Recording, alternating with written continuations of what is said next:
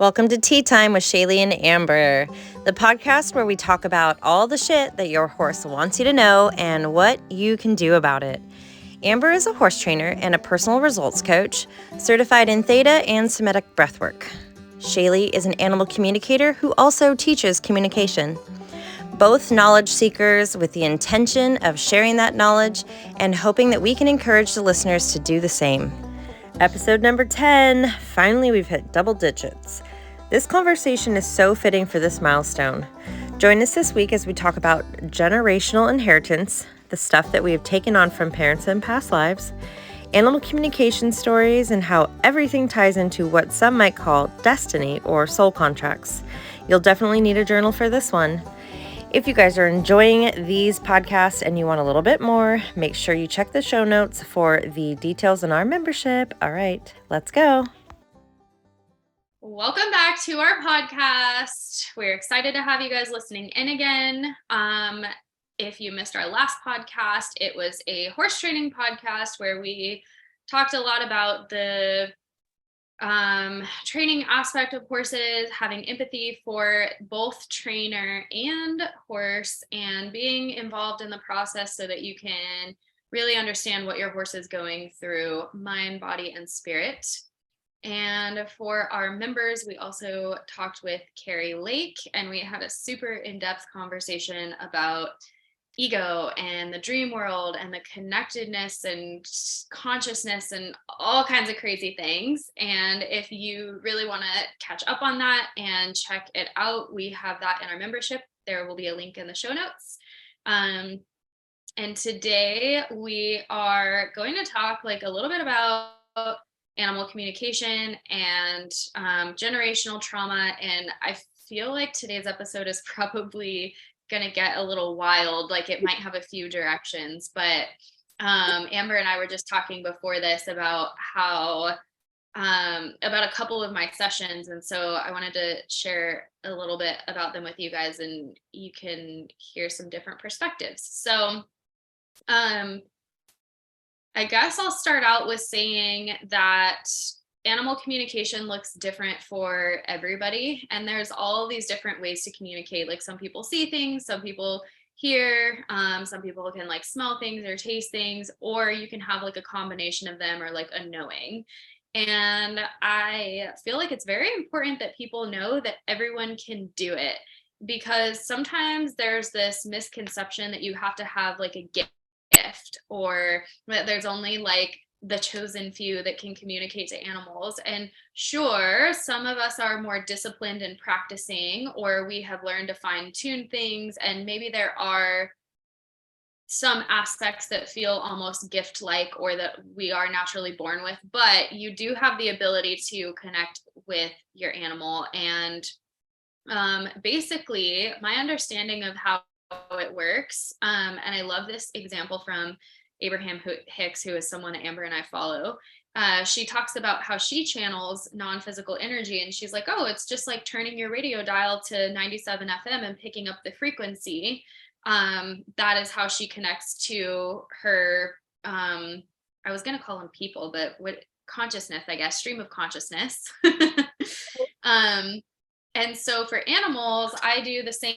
I use a picture. I don't have to have a picture, but it just makes it almost instantaneous if I have a picture, where I have learned to tune my vibrational frequency to that of a picture.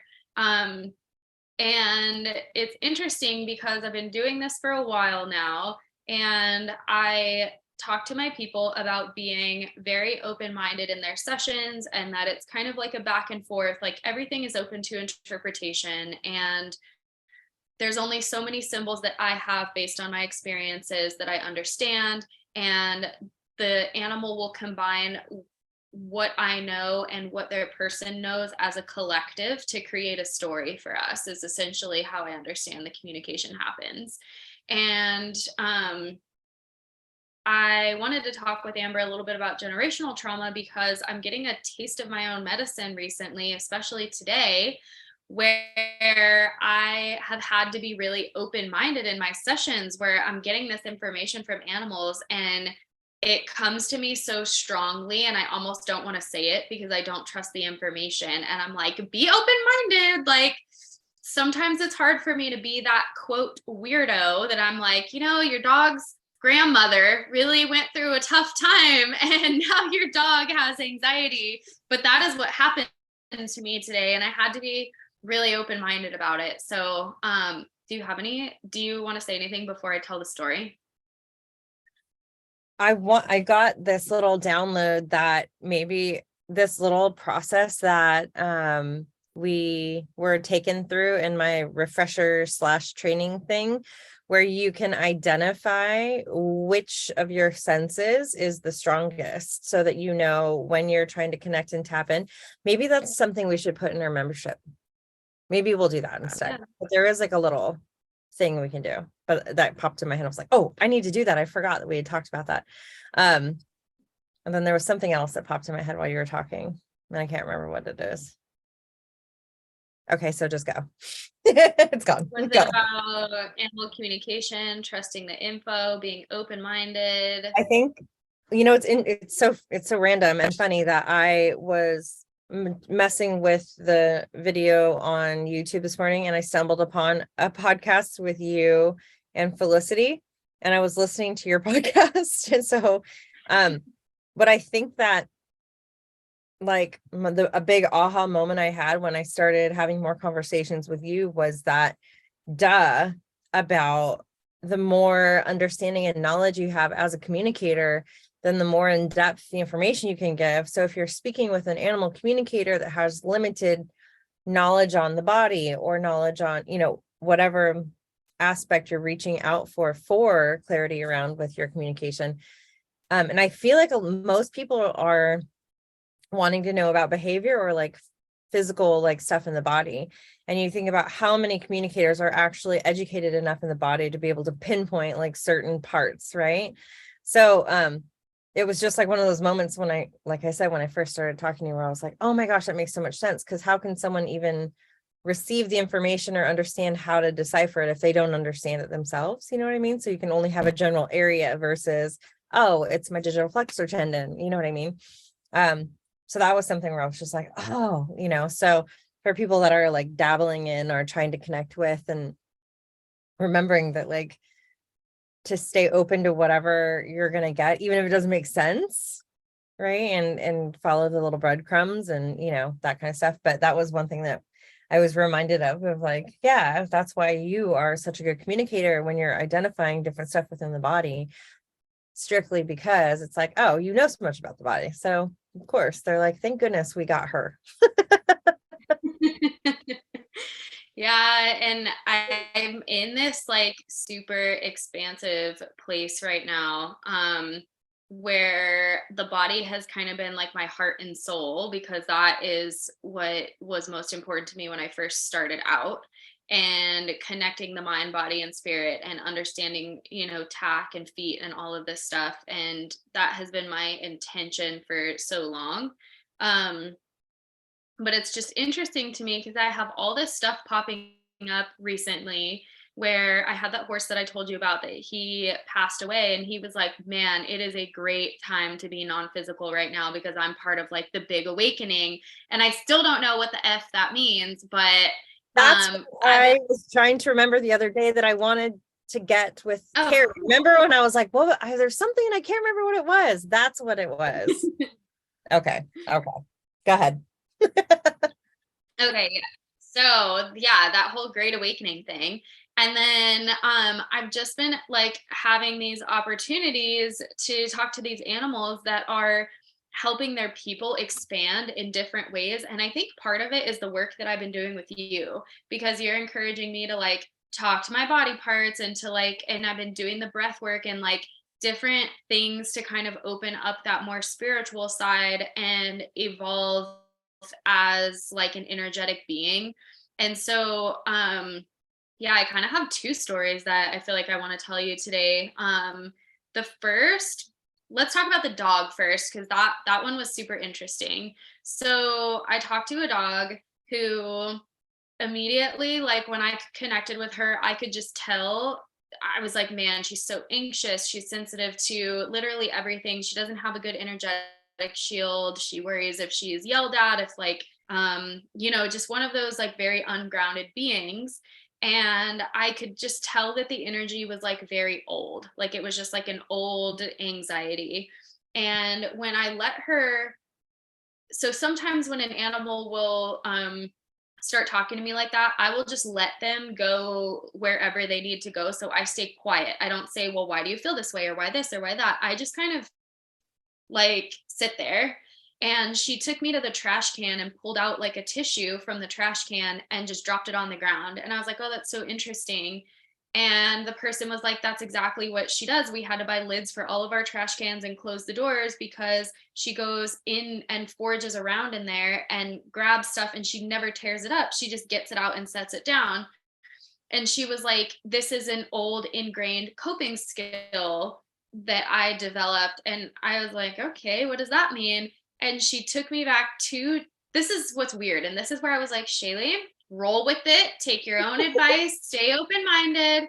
Because she's like, I'm going to take you back 2 generations to my grandma. And I was like, okay. And this does not happen to me. I am very much, and I think it's my sciencey brain where I'm like, if I could explain to a person, because so many of my sessions, I say something, they go to the vet confirms it, and I'm like, yes, my communication is valid because they go to the vet and they get it confirmed almost every time. So with this generational stuff, it's like sketchy to me because it's like new territory. And so she takes me back to her grandma, and her grandma was a stray, and she was like, she had to basically like forage around and get scraps and things to like stay alive, and she was like a gatherer, and that was like her sense of survival. And then she had my mom, who was also a stray, and she was also a gatherer, but it was in more of a domestic situation. So she was she was almost like trapped, so she was like in a yard not getting the resources that she needed, so her sense of gathering or survival was more like stress based. So then she got like, she wasn't necessarily getting that survival skill, she was getting like the stress that came along with like not being able to utilize that skill. And then the dog that I was talking to said that she, whenever she feels nervous or she goes into that state of feeling like that fight or flight, like I need to survive or whatever, she immediately goes to that coping skill of I need to dig something out of the trash because this is generational stuff that I'm picking up on. And I was like, it's so crazy because she feels like a stray herself. I don't see any past physical abuse in her. This is what I'm telling the person. I don't see any past physical abuse. It looks like you got her when she was young, but she was a stray, and this stuff is ingrained in her from like the past. And the person said that she was a stray, that she got her at 8 weeks old, but that she's been this way like since they got her, just a very tough puppy. So yeah, I don't know much about it, but I feel like you have some things to say about that, like generational stuff. Yeah. So the reason all of a sudden this stuff is coming through is because didn't you just order that book? Yeah. I mean, duh. Like, what did you think was going to happen? The book I'm referring to is It Didn't Start With You. And I was somebody that when I started on this like journey of going into different healing modalities and learning different stuff, and you hear that like thrown around quite a bit, like the generational trauma or ancestral trauma or whatever. And in my head, I was telling Shayla before we started, it's like I'll hear stuff sometimes, and if it feels like truth to me, then I don't go any further than that. I'm like, that feels right. Like I don't need to know why. Like it feels like, yeah, that feels nice. And but for some reason, actually another reason, I had a close friend, someone I was dating actually, and this is back in my I want to fix and help everyone mode when I was more, people pleasing. And he had a very interesting story and a very interesting history with his father and other things. And this book kind of popped up to me, and I was like, I'm going to dig around and read around in it. And what I liked about it is that it explained how it worked, right? So up until that point, I was like, oh yeah, of course your ancestors affect how you do things. But when they broke down the science behind it and the epigenetics and the whole entire thing, it was like, oh crap, like people will have significant times in their life at a certain age where all of a sudden they'll become incredibly depressed, or they'll become incredibly afraid of airplanes, or they'll have nightmares that they're going to drown. And they're like, we don't know where this is coming from. And you can look back into their ancestry and you can see, well, your great grandma drowned when she was this age. So it's trippy and crazy that our genes will take this information and input it in our DNA and pass it, because right, that's what it's supposed to do. It's supposed to be setting you up, the next generation, to be able to survive in whatever situation you may or may not be in. So it's just like our nervous systems do for us, like when we're little, like the same thing happens generationally. So your great, I think they go back as like great grandma. The book was, I think it's now almost 10 years old, and that was back then. So I don't know now. I know he's writing a second book.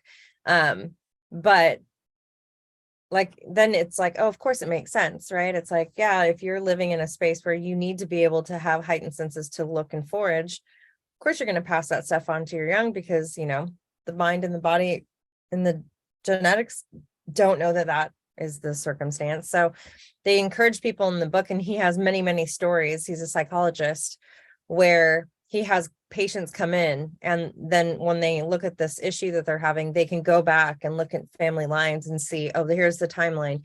Here's why you have this fear that you had no idea why you had. And just the acknowledging of it and going, oh, that's where that came from, actually allows it to dissipate.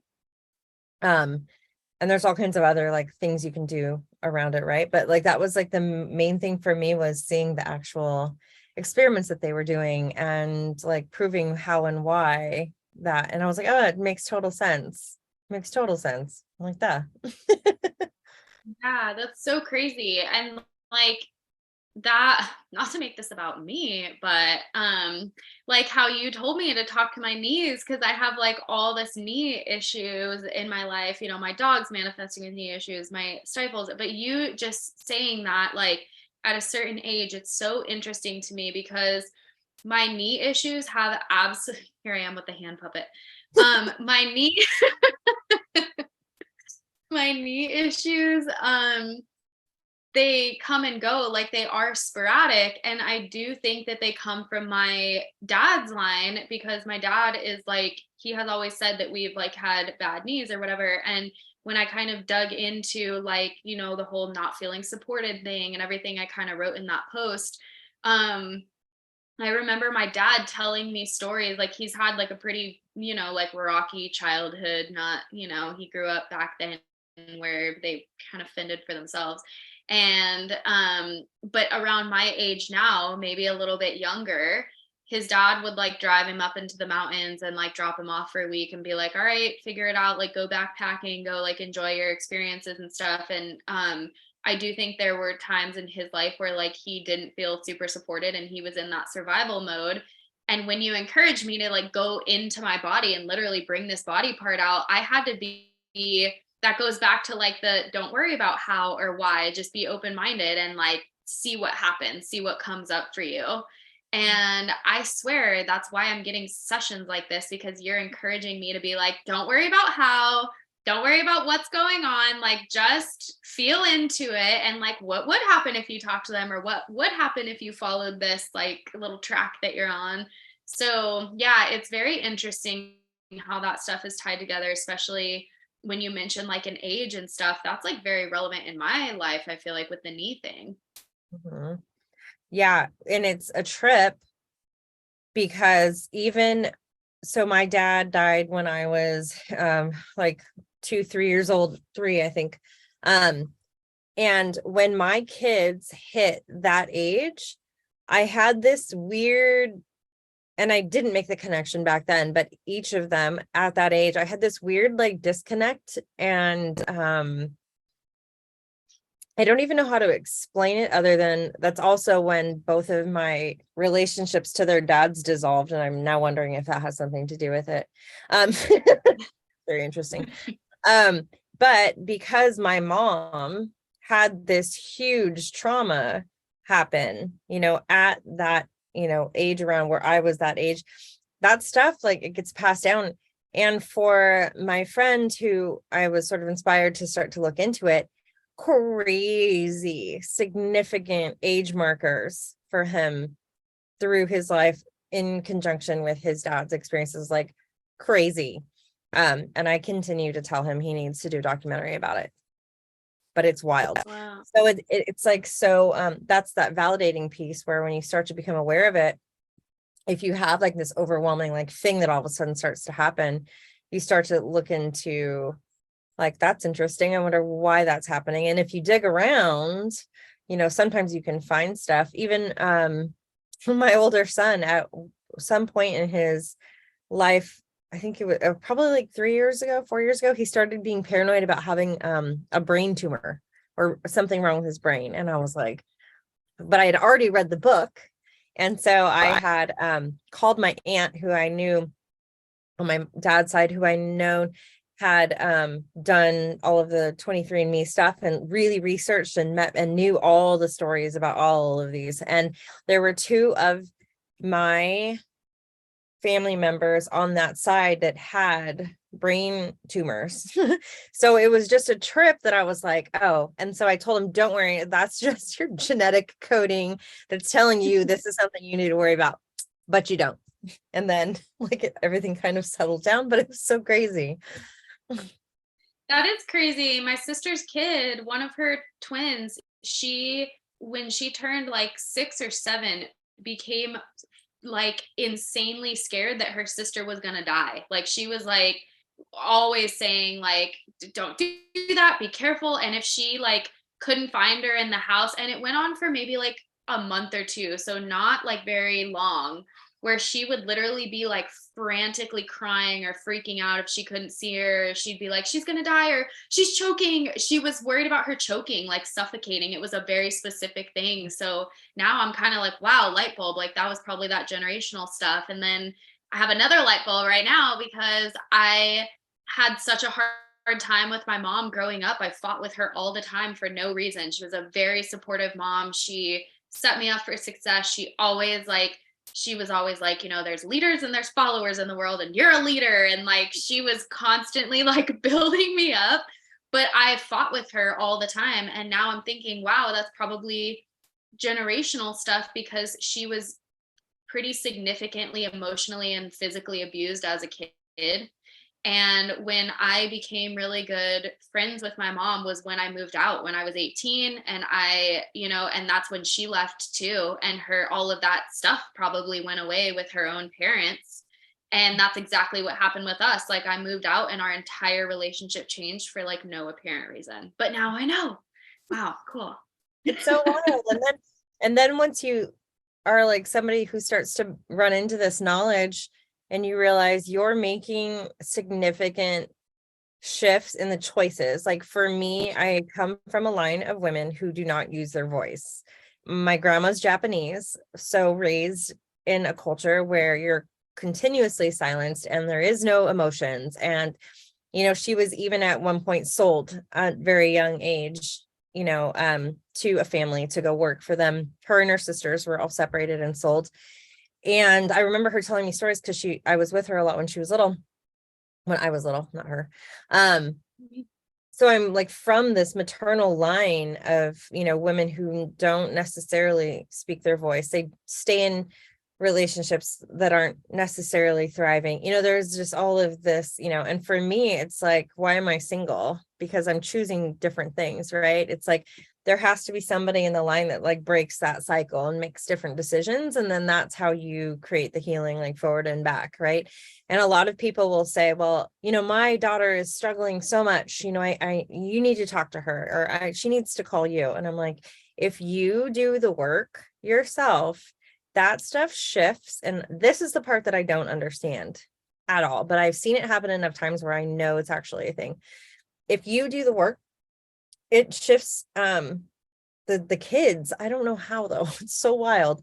And I've seen it happen a few times with a few of my clients where they're like, oh, and I'm like, it's either your perception shifting, and so that story about what's going on for them is different, or like there's actually shifts happening energetically for them through that DNA coding, That's the part that gets a little woo, because I'm sure there's a reason, but I don't know what it is.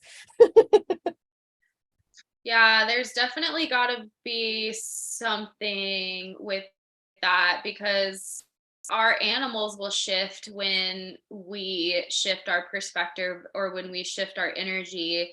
And I have to believe that it's more than just like taking physical action to do something, or like, because it's interesting to me how sometimes an animal can release so much resistance just with acknowledgement.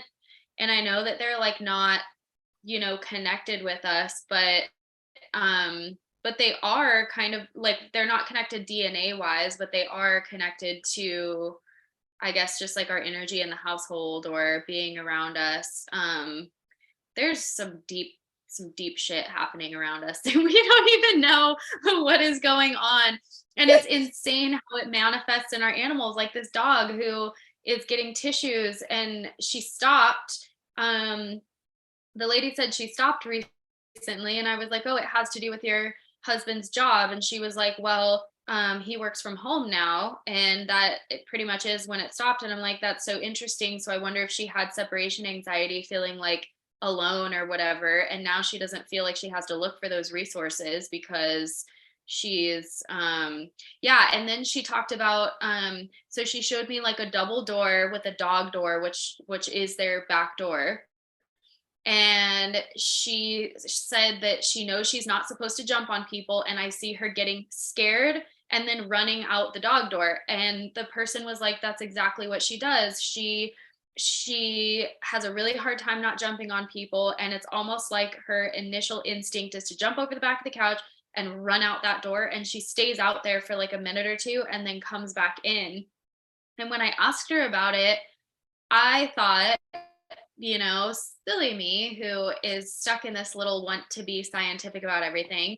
I'm like thinking, oh, she's like, just trying to regulate her nervous system. Or no, she brings me back to the generations again. And she's like, well, my mom used to get in trouble for peeing on the floor when she was really excited. And she also got drug out the back door. So I have to bolt out the back door because there is a fear of the threshold with the double door that is unintentional for me. And it's coming from my mom because she would get drugged outside when she would jump on people or pee on the floor or whatever. And so it's literally in her instinct to just go out there. And then I guess she comes to her realization or whatever, and then goes back inside and does her thing. And I'm like, that's so crazy. I mean, it would make sense, but it's just crazy because I've never had stuff like this come up in my sessions before. And now it's like starting to come up, and I'm like, all right, Shaylee, you're not crazy. Let's just roll with it and see what happens. Yeah. And I think it's like so interesting that even the acknowledging of, oh, this was my great grandma's story. Like you had said, sometimes the behavior or whatever is going on shifts just from the acknowledgement, because I know we've talked about people that will ask questions about like blanketing or whatever, blanketing specifically. And then the humans will do it anyways. Like your horse hates being blanketed. He doesn't need it. He's warm, doesn't want it. And the person's like, well, I'm going to do it anyways. And we do have that specific situation here. And yesterday, when I was blanketing said horse, he pins his ears, he grinds his teeth. And I'm always like, I'm sorry, I don't have a choice. That's usually the narrative. And this time I said, you should feel mad. Like you should feel upset about this. Like, and you should keep telling her every time that communicator comes out here, you need to keep telling her that you hate it. Tell her every time, tell her multiple times. But honestly, just from me saying you should be upset about this. I know that you've said you don't like this and it's still happening, and I'm sorry. You should be upset. And immediately his little ears went forward and he was like, okay. And I was just like, that's crazy. But it was, and I just changed what I was saying to him because every night I apologize. And I think so was my mom. But yeah, it was just the acknowledging like, yeah, you should feel this way. That should be upsetting. That sucks for you. It sucks. And he was like, it does suck, and everything just kind of softened, and I like buckled him up. He's like, oh, well, at least you know. At least you know I am mad. Okay, so my next crazy story, this episode might run a little long. So, I talked to these horses today, and it was actually kind of a cool, unique experience because it was like a three-way call between the trainer, the person, and someone else. I guess just a friend. They were all very involved in all of the horses' lives. It was three horses, and they were all a little bit like unsettled on their property and all a little bit spooky. And what I found was super interesting was when I talked to the second horse, he was like, I don't know where the property ends and where my responsibility ends. And he said that he went from going into like a very enclosed space, like they were kind of like in a little like cove, or not cove, but like, an area that you could tell where the boundaries of the property were. And now they are out in more of an open space, and there's like orchards and stuff around them. And he was like, I'm standing up on this hill and I don't know where my responsibility ends because I'm the keeper of the peace of this property, but it is so vast. And she was like, there's hundreds and hundreds of acres of orchards that are all around. And that was really bogging him down. And I was like, wow, that's so crazy. Like, I never thought of a horse feeling this way, like feeling like he needs to protect like his own specific property, but makes so much sense when you think about, generations of wild horses that roam the land, and they know, where their herds are. They meet other herds and they don't necessarily, but they understand their territories. Wolves, they have territories, and different, like, wild animals have the spaces that they reside in, and that they know this is my area. And when I cross over here, I know that this is not my responsibility and this is unfamiliar. And he gave me that vibe. Like, he was like, it's in my nature. This is my responsibility in life, to be the peace holder and to be responsible for other energies. And then he went on to show me a coyote. And this is where things got a little bit weird, because I talked to you with the orchards and the coyotes, and I was like, I gotta be making this up. But she told me that I was like, this feels, just go along with it. But okay, like, this stuff is a little bit weird. I think I might be tired today. Should have rescheduled. But then it all totally made sense. So he was like, there's a lot of coyotes. Am I responsible for the coyotes? And I was like, that's so weird. Like, why would he be asking that? Maybe it's the fence. Then the person told me that a coyote got stuck in the orchard fence, that he could see it from his field, and that they had to have someone come and put it down because it literally got like mangled in the fence and was like screaming, and it was this whole like bad tragic thing. And the horse was holding on to that and attached his energy to the coyote because he didn't know where his land ended. So he's like, this coyote was my responsibility and he died under my watch. And like, so that was creating trauma for him. And then last thing, there is like a neighboring property that's like, I guess, I don't know, a couple of miles down the road that they could like ride to, where the horses used to be, that was like a little bit more like closed in, I guess. And he was still feeling responsible for those horses because he knew, like, he can sense like where they were. So he literally has been like, she's like, he's been so spooky, he's in adrenaline mode, he can't relax on the trails, he's this and he's that, and he's like, I'm responsible for like 3,000 acres of property right now, and I can't do it from this tiny paddock, and I'm freaking out. So it was so crazy to like hear that perspective, because I had never, I think I get so laser focused, and this is where I love it when people will just allow the horses to talk and not be like have this list of questions. And she still had questions and we asked them, but it was really cool to just be open-minded and just be like, okay, let's see where this goes. And part of it, I think, was because I had that melting pot of people who had different intentions and expectations for the session. And so the horse, I had that collective. But yeah, do you have any thoughts about that? Isn't that like interesting how he felt responsible? Like, he didn't know where his property ended and he was like responsible for the coyotes and the other horses and stuff. It's kind of crazy.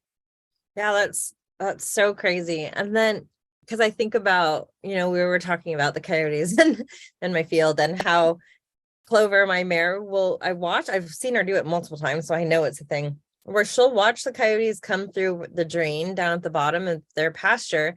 And I watch her wait until they get fully committed enough into where she goes around behind them and then chases them. And it's like so fascinating to watch because I'm like, what is going on? But I know with 100% certainty that like I feel like for her, it does feel like a little bit of a responsibility thing for her. You know what I mean? Because she's like this, she's mine. She's been with me for how many years? You know, she goes everywhere with me. You know, I use mile 3 as like a real anchor in the herd when I have horses that are super dysregulated. Like, I don't know if it's just the horses that they are, or they feel like I've put that responsibility on them where I'm like, this is your job. This horse is a hot mess. Like, okay, so what are we gonna do now? Okay, like help them regulate, you know, do your thing. And I put the training horses out with specific horses when they have certain things. And I'm thinking like, did they choose that role? Right. And then that's why they just naturally fell into it. Or did I like, okay, this is your job, you're gonna do it. Like, I hope I didn't do that. But it does bring an interesting awareness to say, like, you know, you're not responsible all the time for everything, you know.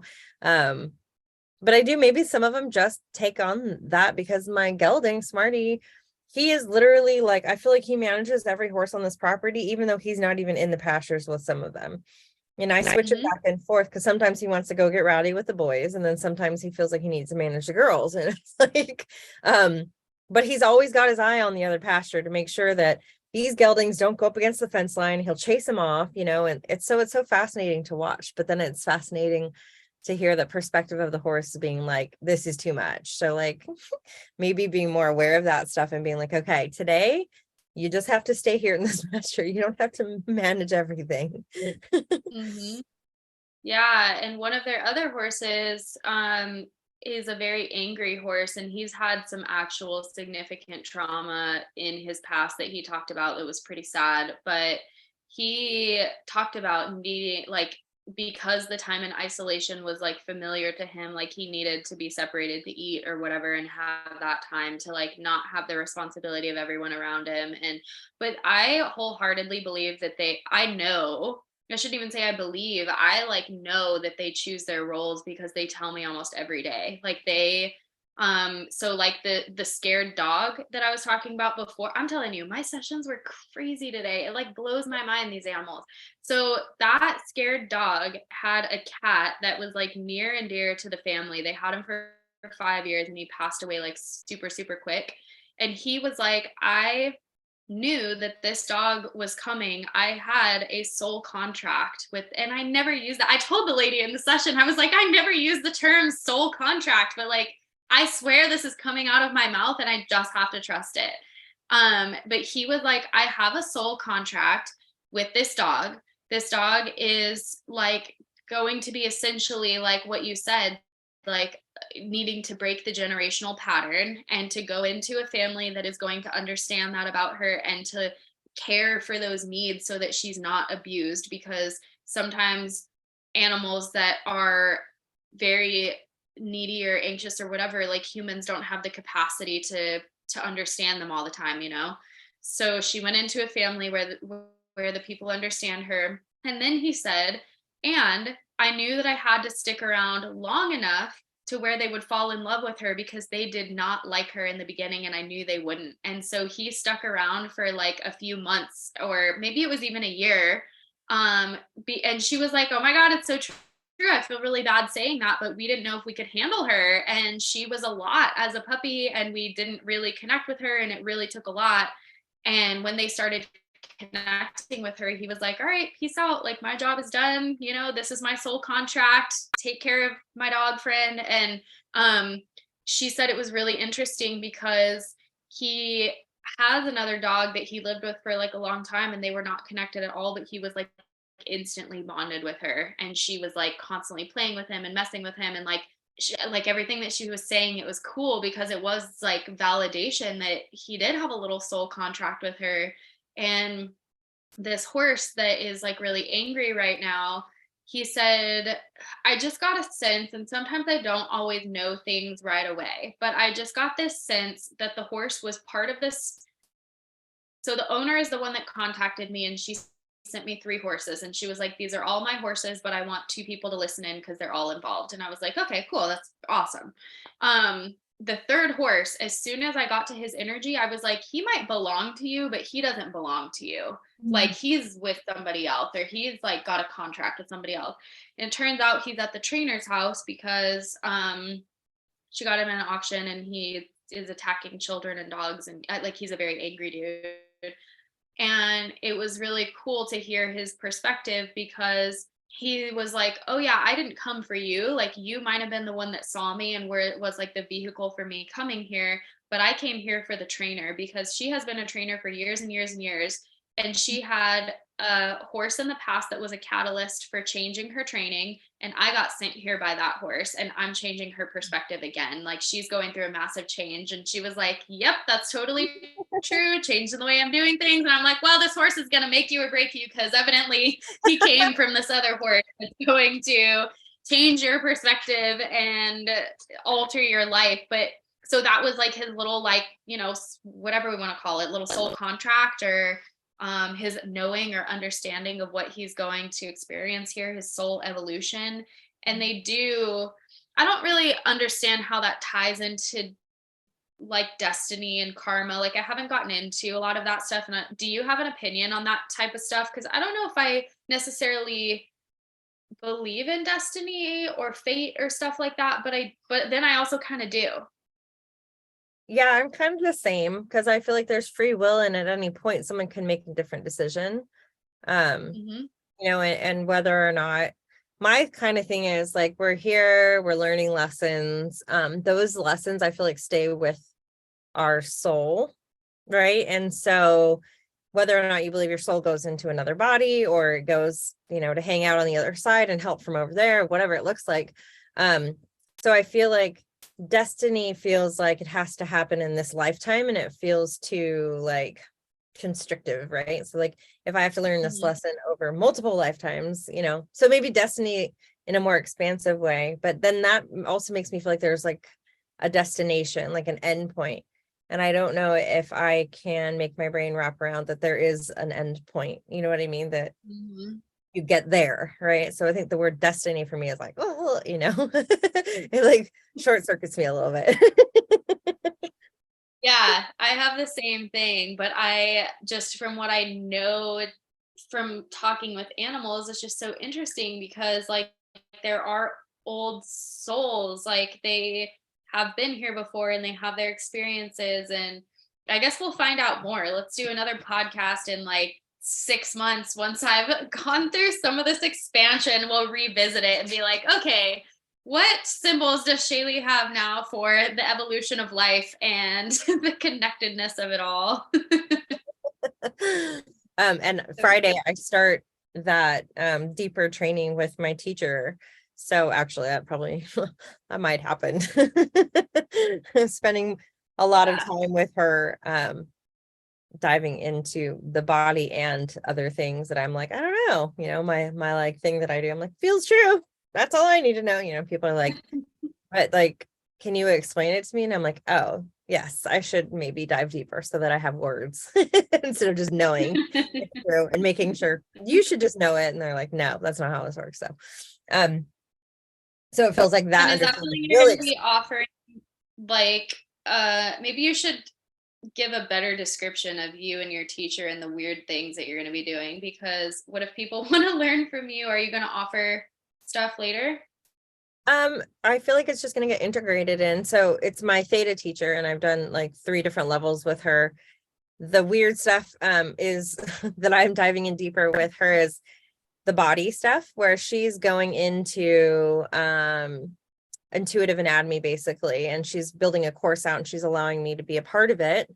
And so I get to the one-on-one stuff, but that she gets to actually have a live person that she's teaching. So she knows all of craziness, like different dimensions. She knows specific belief systems that attach to different organs. Like, she's just like this wealth of knowledge.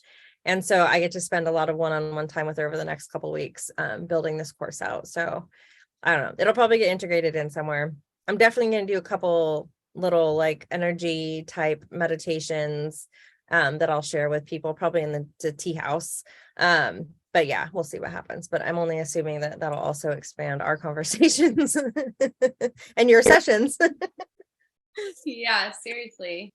Oh my Well, gosh, so great. Well, if you guys have any revelations after this episode, oh, the dogs. Yes, I love it when an animal ends our session. Hell yes.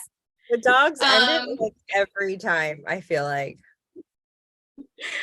It's the freaking best. Okay, so if you guys have any revelations, fun things you want to talk about, find us on Facebook, Tea Time with Shaylee and Amber, and let us know what you think about the episode and how these crazy things manifest in your life, because there's no way that people are listening to this and do not have stories of their own, and we want to hear them. Yes, definitely. And then if you guys are curious about the guest podcasts that we're doing, those are freaking awesome. You have to be a member though. So we'll put the link in the show notes for that. And I guess that's it. See ya.